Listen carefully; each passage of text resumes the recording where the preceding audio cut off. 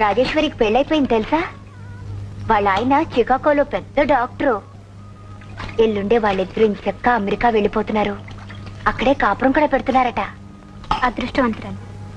మరి నీకు కూడా అలా గొప్పింటి కోడలు అయిపోవాలని, మంచి మంచి చీరలు కట్టుకోవాలని, ఎంచక్క నగలు పెట్టుకోవాలని, దర్జాగా బ్రతకాలని లేదా? నా సంగతి ఎలా ఉన్నా నీకు అలాంటి గొప్ప సంబంధం చూద్దాం, ఘనంగా పెళ్లి చేద్దాం, సరేనా? సర్లే, మీరు చూడాలనుకున్నా ఆ చేసుకునేవాడు నన్ను ఎలా చేసుకుంటాడు?